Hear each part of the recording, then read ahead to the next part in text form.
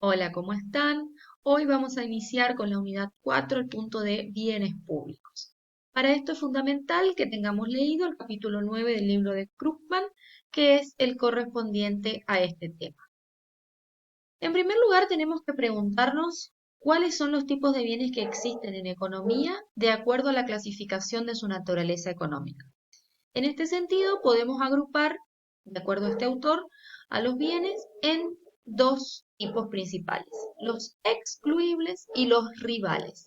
Entonces, para nosotros poder definir qué tipo de bien es, tenemos que poder responder a estas dos preguntas. Si un bien es excluible y si un bien es rival. ¿Qué significa que un bien sea un bien excluible? Pues bien, un bien excluible es aquel el cual el consumo de una persona no puede quedar excluido de ese bien. Es decir, todos tienen, cuando un bien es no excluible, todos tienen el derecho de poder consumirlo o de poder recibir ese bien. Esto va a estar siempre basado en lo que es los derechos de la propiedad, ¿sí? Por el otro lado, los bienes rivales son aquellos en los cuales el uso de un bien disminuye el disfrute o el uso que otras personas pueden hacer de ese mismo bien. Entonces, en función de estos dos grandes tipos de bienes, excluibles y rivales, o mejor dicho, no son tipos de bienes, sino son características de los bienes, podemos clasificar en cuatro tipos diferentes de bienes, de acuerdo a este autor que estamos utilizando, que es Krugman, que serían los bienes privados, los bienes públicos, los recursos comunes y los monopolios naturales. Los bienes privados tienen la característica de ser excluibles y rivales. Esos son la mayoría de los bienes que conocemos, ¿sí? Después tenemos los bienes públicos. Y los bienes públicos acá hay que tener cuidado porque no depende de en sí de quién los otorga, sino que depende justamente de que sean bienes que no son excluibles y que tampoco son rivales.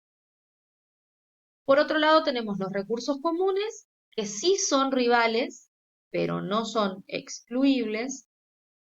Y por el otro lado tenemos a los monopolios naturales, que son excluibles, pero no rivales.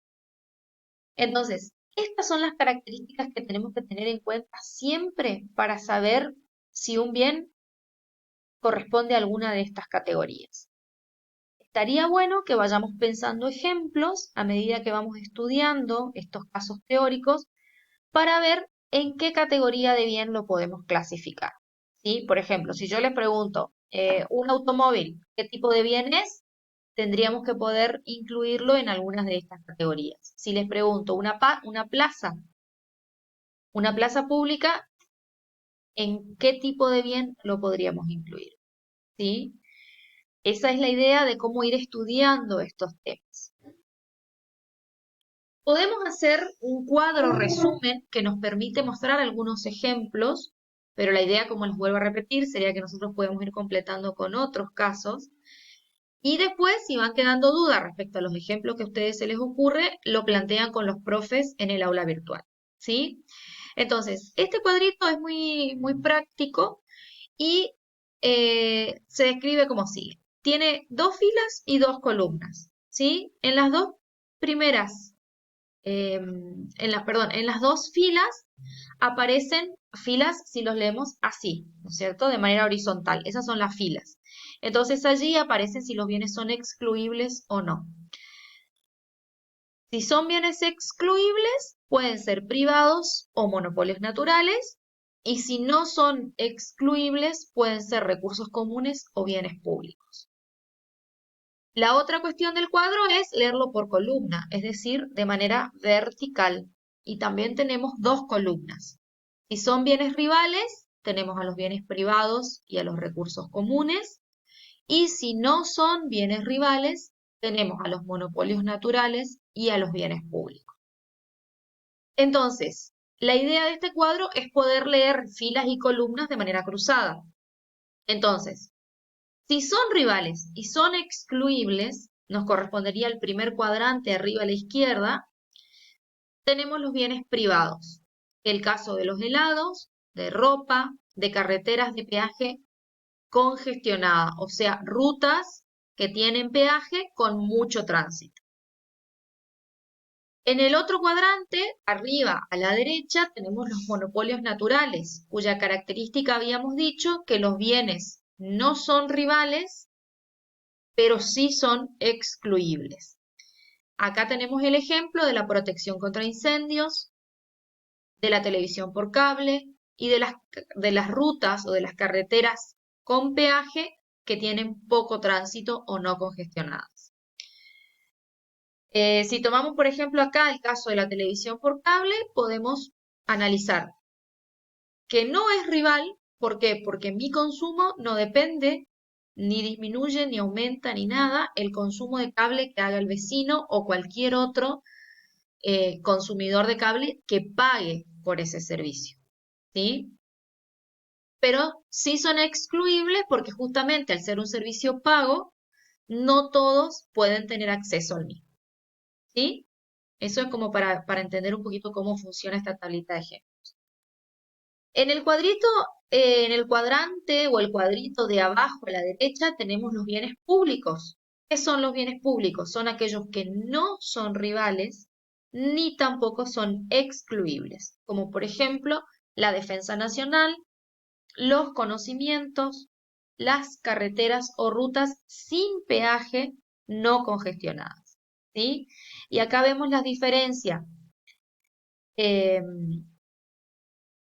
cuando se plantea el tema de las rutas, si tienen peaje o no tienen peaje, porque ahí va a venir la cuestión de la exclusión, ¿sí? Si una carretera o una ruta tiene peajes, es una característica excluible, ¿sí? Porque no todos pueden pagar ese peaje, mientras que si no tienen peaje, eh, no son excluibles porque cualquiera podría pasar por allí, ¿sí?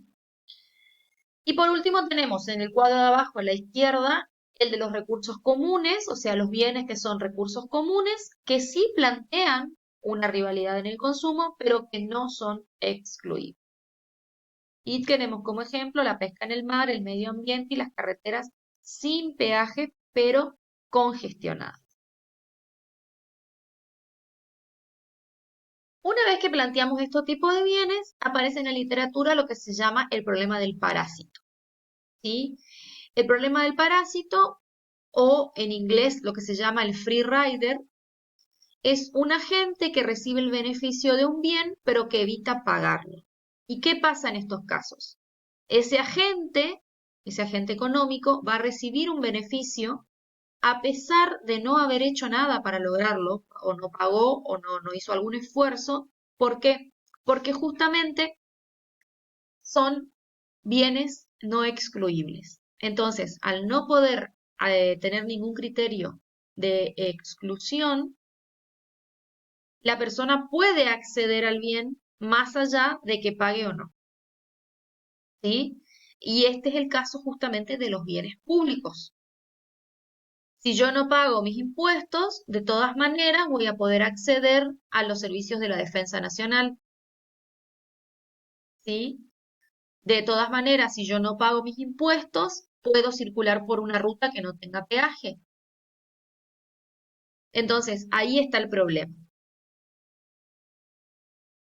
Y esta es una de las explicaciones de por qué los mercados privados no producen este tipo de bienes, ¿sí? Porque al no poder excluirlos a los bienes, al no poder excluir a estas personas que son free riders o que no pagan o que son parásitos, en el caso de los bienes eh, que hablamos, por ejemplo, una ruta, entonces los mercados privados no quieren hacerse cargo de eso. ¿Por qué? Porque estarían perdiendo el ingreso de aquellas personas free rider o parásitos, ¿sí? Es un problema en economía y bueno, tiene diferentes manejos, aunque muchas veces no se puede solucionar por esta cuestión de la no exclusive, sí, de la no exclusión de los bienes públicos. Otra de las características que tenemos que analizar es cómo el Estado define si va a proveer o no va a proveer bienes públicos, ¿sí? Entonces, obviamente, como toda decisión económica, esta decisión del Estado se va a fundamentar en el análisis de costo-beneficio.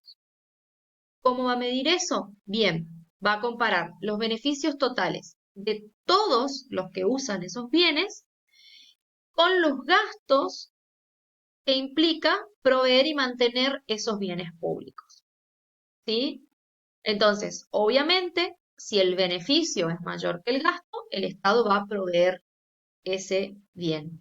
Si el beneficio es menor que el costo, el Estado no debería proveer esos bienes.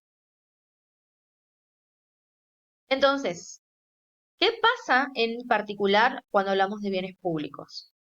Es muy difícil saber cuáles son los costos y cuáles son los beneficios de estos bienes que llamamos públicos, ¿sí? ¿Por qué? Porque no hay un precio que me ayude a mí a calcular esos beneficios y esos costes, ¿sí? Sin embargo,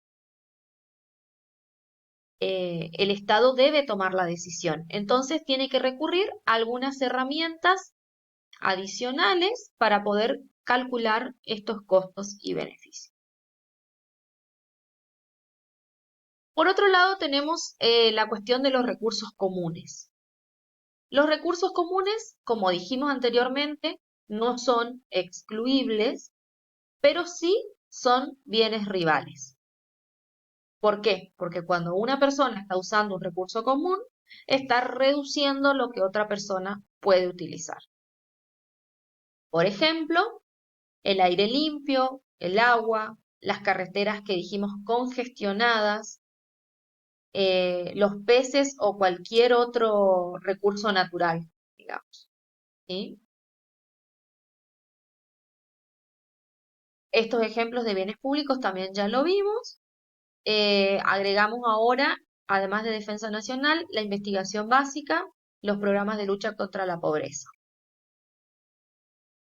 Hemos llegado hasta aquí con la resolución de este punto de los bienes públicos, de acuerdo al programa de la materia, y los invito a que sigamos comunicados a través del aula virtual y puedan hacernos todas sus preguntas con respecto a esto. Y lo más interesante para mí como tarea les dejo es que piensen ejemplos de bienes y hagan la clasificación. En función de eso, le planteen a los profes para ver si la clasificación está correcta o no. A estudiar mucho y bueno, los espero en el próximo encuentro. Hasta luego.